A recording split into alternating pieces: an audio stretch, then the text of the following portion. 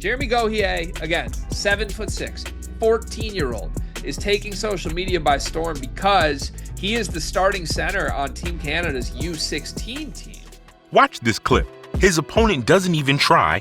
He just steps back and lets him have it. That's Jérémy Gohier, 7'6", 15 years old.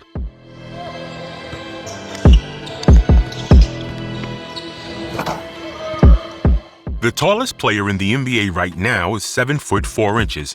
Gohier is 2 inches taller, and he's not even in high school yet. At his age, Wembanyama was 6'10". The gap between them is the same as Kevin Durant standing next to Steph Curry, and he's still growing. A year ago, he was 7'3". He added 3 inches since, with no sign of slowing down. But height like this has never guaranteed anything. So, just how good is Jérémy Gohier actually? To answer that, we need to go back to the beginning. Gohier was tall early, but the jump from big for his age to off the chart is recent. When he showed up to an under-14 tryout, the coach assumed he was one of the older players. He wasn't, just a 10-year-old already standing 6'5". Back then, the assumption was simple. He was early, that it would level off. It didn't. By 13, Gohier reached 7'3". At that age, he was already taller than Shaquille O'Neal had been at the same point. And then, over the past year, something changed again. Between 14 and 15, Gohier grew another 3 inches. 3 inches in 12 months. Most kids slow down after an early growth spurt. He's speeding up. For context, Olivier Rioux, who was recognized by Guinness as the world's tallest teenager, was 7'5" at 15. Gohier is already taller than that, and Rioux didn't stop there. He kept growing until he hit 7'9". So when people ask how tall Gohier will end up, the honest answer is no one knows. His body hasn't settled yet. What we do know is the pace, and right now, it's accelerating. He's 7'6" today. That number may not hold for long. Whenever someone grows like this, the same question comes up. Is something wrong with him? It's fair to ask. A lot of players who reach this height have underlying conditions, pituitary issues, hormonal imbalances. That kind of height often comes with a cost. Gohier's family wondered the same thing. They had him tested multiple times over multiple years. Everything came back clean. No gigantism, no hormonal disorder. His height is genetic, unusual, but natural. That's the same category as Yao Ming and Wembanyama, the giants whose bodies could actually handle what they were asking of them. He's also not a project who got tall and learned basketball. He's been playing since he was 6. He grew up in the game, idolizing Giannis and Jokic. Trying to be like maybe Giannis and Jokic. Long before anyone knew he'd end up this size. And he's not alone. Quebec has quietly produced several of the tallest young players in basketball over the past decade. Zach Edey, Olivier Rioux, now Gohier. There's a pipeline there, coaches who've seen this before, infrastructure built around developing big men. He's not a fluke who wandered into basketball. He's a basketball player who happens to be a giant. But being a basketball player and being ready for real basketball, those are two different things. Most of what you've seen of Gohier comes from camps, AAU events, showcase games against kids his own age. In those settings, he's dominant. He dunks almost every time he touches the ball. Opponents don't even try to contest. But camps aren't real basketball. There's no game plan built to stop him. No coaching adjustments. No one his size on the other end. This summer, that changed. Gohier was selected for Team Canada's U16 squad at the FIBA America Cup international competition. Structured basketball, real stakes. He was 14. Most of the roster was 15 or 16. Some of the players he'd face had already committed to D1 programs. The difference showed up right away. He averaged around 10 minutes a game. Not a starter's workload, a rotation piece. Tratando con Oscar González. Ese es Jérémy. Jérémy para adentro. The coaching staff used him in specific situations, protecting him from certain matchups, deploying him when they needed size in the paint. His scoring was limited, a couple points here and there, but there were flashes. Against Puerto Rico, He grabbed 6 rebounds in 10 minutes, 4 of them on the offensive glass. Canada made a run. They won their group, advanced through the bracket, and reached the gold medal game. Their opponent? The United States. Team USA's U16 roster was stacked. Future lottery picks, top-ranked high school players, kids who'll be in the NBA before Gohier finishes high school. Gohier played 5 minutes. He didn't score. He grabbed 2 rebounds. When he checked out, Canada was -8 with him on the floor. It wasn't a blow-up.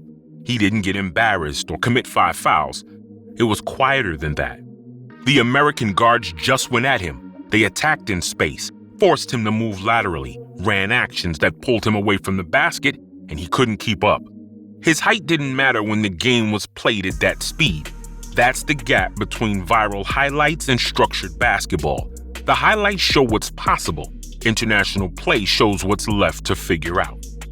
Here's the part no one wants to talk about. At 7'6", Gohier has already crossed the threshold. On the other side, the odds shift. There have only been 9 players in NBA history listed at 7'5" or taller. 9 in 70-plus years of professional basketball.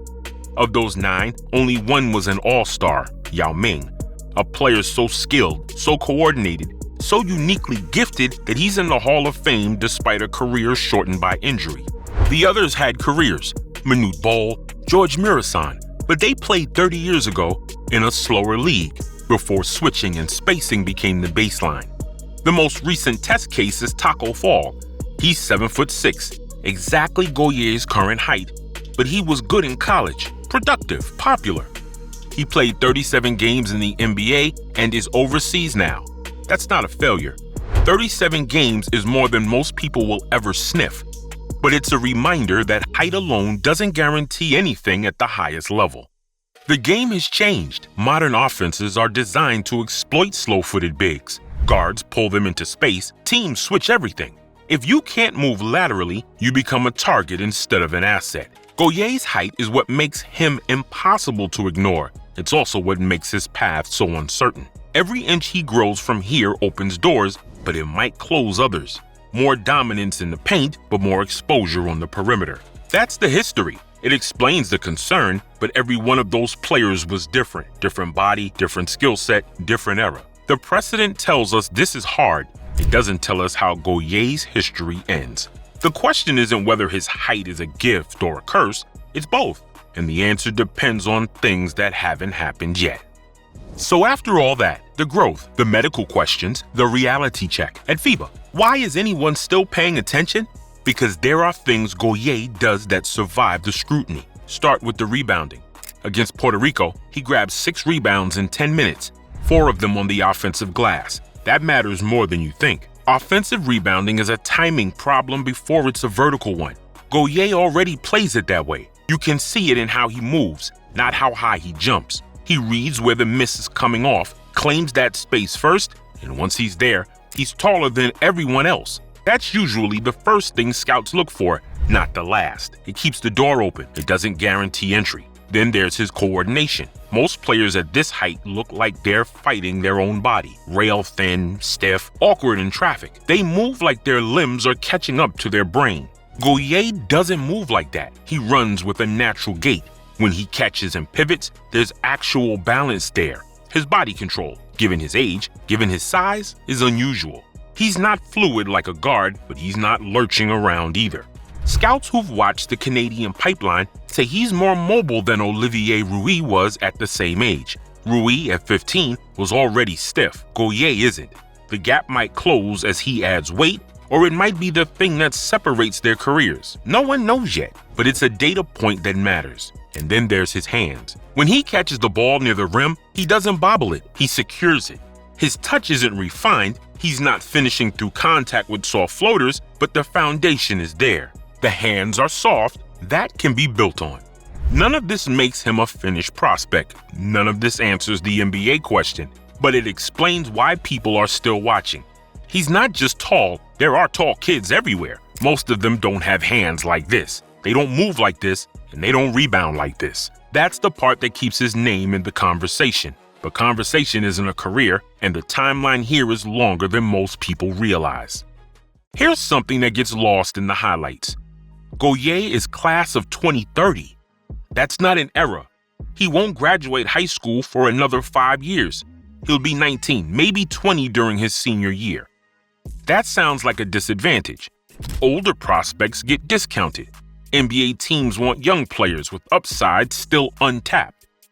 But for someone like Gohier, age might be the asset. His body isn't finished. Rushing him into elite competition before it stabilizes doesn't help anyone. The longer runway gives him time to find out whether he can add strength without losing mobility, whether his skills can catch up to his frame. If he enters the draft at 23 or 24, he won't be a projection anymore. He'll either be a finished product or a question that answered itself. Teams will know what they're getting.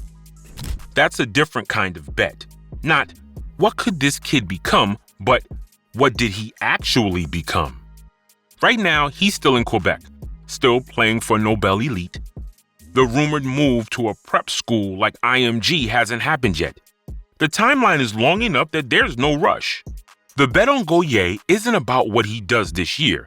It's about what he looks like in 5 years, after his body has either settled or hasn't, after the hype has either been validated or forgotten.